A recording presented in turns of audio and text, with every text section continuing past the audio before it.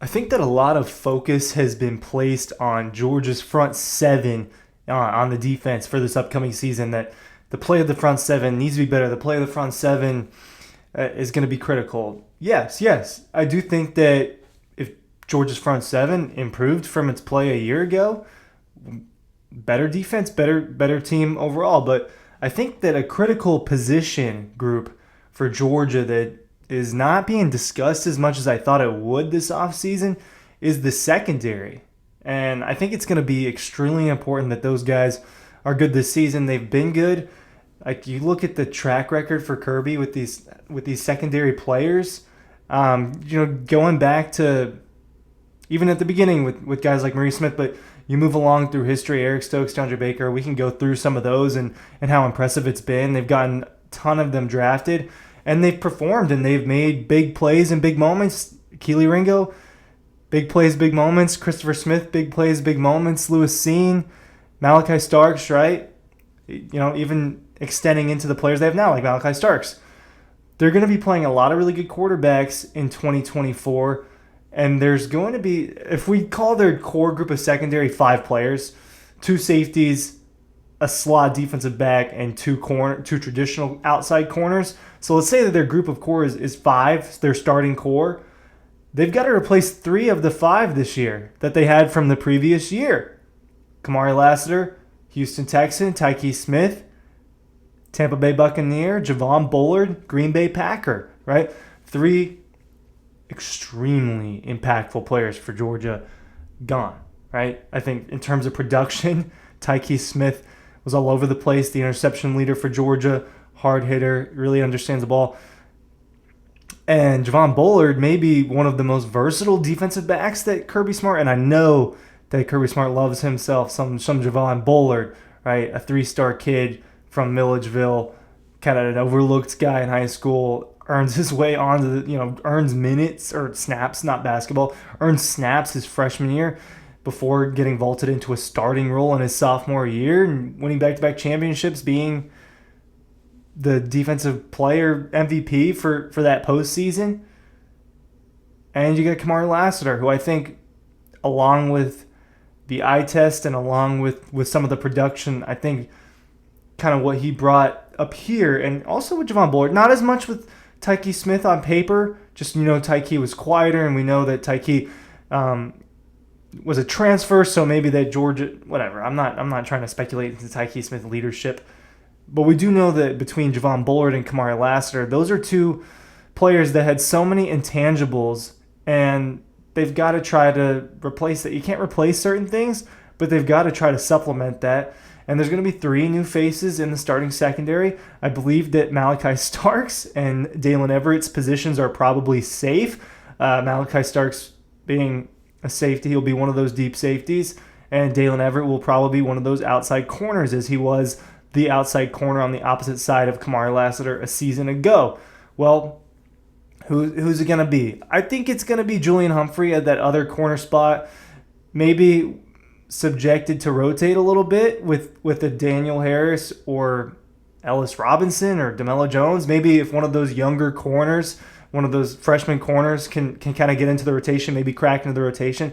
I don't think so. I think it'll be juniors Dalen Everett and Julian Humphrey for the most part as their starting duo on the outside. And this has kind of been the trend the last 3 years. Well, one corner left, one stays. One corner left, one stays. This will be the 3rd year in a row that you get that situation. 2021, Darian Kendrick, Keely Ringo. Darian Kendrick goes to the NFL. Keely Ringo moves on to be the number 1 corner. Kamari Lassiter gets moved up. Then Keely Ringo goes to the NFL. After he is the number 1 corner, Kamari Lassiter gets moved on to the number 1 corner spot.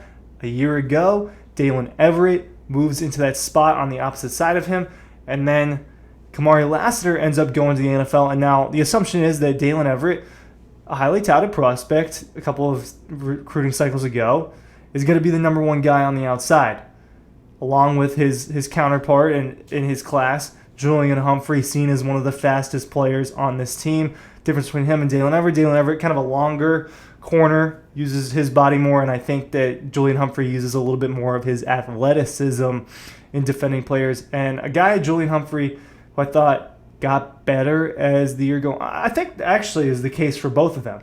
They were both in a position where they were kind of competing for that second spot on the other side of Kamari Lassiter. They rotated a little bit. Ultimately, Dalen Everett kind of wins that out over the course of the year. But Julian Humphrey, I believe, he gets October and he starts playing a little bit better. He's starting to get on the field a little bit more. Suffers an upper body injury heading into November, right at the beginning of November. For some reason, I mix up when him and Jamon Dumas-Johnson's injuries were, and I believe Jamon Dumas-Johnson got hurt before Julian Humphrey. So that's kind of the corner situation for Georgia, and I think it's going to be critical because of how many good quarterbacks are going to play. They're going to play Quinn Ewers. They're going to play Jalen Milroe. They're going to play Jackson Dart. If you consider Cade Klubnik this upcoming season to be one of the better quarterbacks, then they got to play Cade Klubnik. They've got to play Haynes King against Georgia Tech, who I thought did a pretty good job, obviously more with his legs. They're going to have to play Brock Vandegrift, a guy that they're very familiar with from practice. Move back to the secondary. I've kind of jumbled this a little bit out of order, but you move back to the secondary, or further back in the secondary with the safety spot. Not 100% sure who's going to be their safety on the other side of Malachi Starks. If we're doing it in terms of experience and exposure in the program, it would be Dan Jackson, who I think will be in there in some packages. But Ja'Cory Thomas, a little bit younger guy, he is in that class with Dalen Everett and Julian Humphrey. So I think you're going to get some, and Malachi Starks, right? They're all in that same class together. Obviously, Malachi Starks earning a starting spot early on, pretty much immediately, and he made that impact pretty much immediately in that Oregon game. When you think about that, I believe it was the second or third offensive drive for Oregon where he makes that jaw-dropping interception. There's that. And then I think sophomore Janelle Aguero is probably your leading candidate to be that star position, that nickel corner position. So you get youth, but you get athleticism. Look, plenty of first-year starters have been very, very good. Keely Ringo made a ton of big plays. Malachi Starks made a ton of big plays. Kamari Lassiter made some plays. Javon Bullard certainly made a ton of big plays as his first year as a starter. So that's fine, and you get used to this as a program, having to replace and rejuvenate. But the assumption is that Georgia's front seven is not what it was the last few years. Maybe it's better this year. I think it'll be better this year. I think that Michael Williams can take a step forward. I think when you talk about fifth years in Warren Brinson and Nazir Stackhouse and you supplement them with a Christian Miller, you supplement them with Jordan Hall, and you supplement them with other young guys, and you think about how good Georgia's linebacker situation looks, not just on paper, but with the eyes, and C.J. Allen, Raylan Wilson, Smile Munden. It's a stacked front seven that I think will perform better than it did a year ago, and they did not perform badly. That is not what I'm saying. It's a very good front seven, and the numbers prove it. It's just not what we're used to during the back-to-back run, and that's the new standard for Georgia. That was the standard for Alabama. They set it, and then they continued it over the course of 10 years. I think that that's what we're seeing with Georgia, and that's another topic that I do want to discuss soon, with how long can it last for Georgia. But this is about the secondary, and it's a secondary where 60% of the guys are going to be new, and they're going to be playing quarterbacks that have been in the league for a while. You saw, what have we seen? I say this a lot.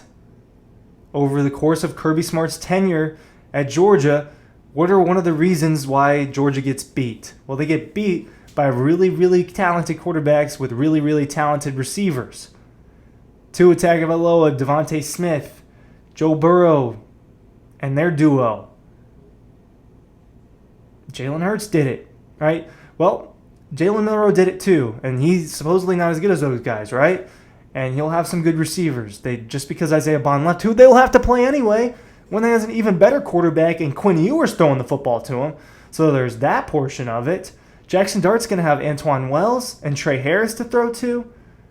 It's going to be a tough year for Georgia's secondary, and I do think that from an athleticism standpoint, a very, very exciting group of players. Ja'Cory Thomas, Julian Humphrey, Janelle Aguero, Malachi Starks, freaks, and then you look at Dalen Everett, it's like, man, who can't that guy guard? Who can't that guy guard? Look at how long his arms are. He's over 6 feet tall. He's got enough speed to make up for it. But they're going to have to play a lot of really good wide receivers and quarterbacks in this conference and throughout the year, and it's not going to stop when they get to the playoff and they have to deal with guys like a duo like Dylan Gabriel and Evan Stewart at Oregon or a or Will Howard throw into the plethora of future NFL receivers at Ohio State. So I do think that this is a critical position for Georgia that needs to be paid more attention to. I'm interested to see if the battles change, and maybe it's not Ja'Cory Thomas and Janelle Aguero, or maybe it's not Julian Humphrey, or maybe it's even Dalen Everett who's lost a job. The only one who I think is safe 100% is Malachi Starks. And him being one of the best defensive players, one of the better defensive players, one of the best safeties. You think about guys like him and Caleb Downs. You think about other defensive backs like Will Johnson from Michigan. Malachi Starks is up there with all those guys, if not above them. And so you have a guy like that in your secondary, but missing a lot of intangibles that you get from Javon Bullard and Kamari Lassiter and Tyke Smith. That's gone, right? And they've got to replace that, and they got to figure out how to do that. Thanks for watching. Figure out how to sign up for our newsletter. Link is below.